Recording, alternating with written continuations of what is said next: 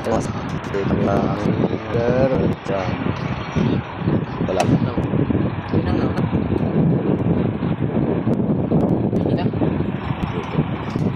Testing na namin yung stereo. Ayun. Ito talaga ako. Ito ko yan. Yan, gumana na yung contactor sa pag-motor sa blower dito sa loob yung wheelchair, tapos yung starter gumagarin.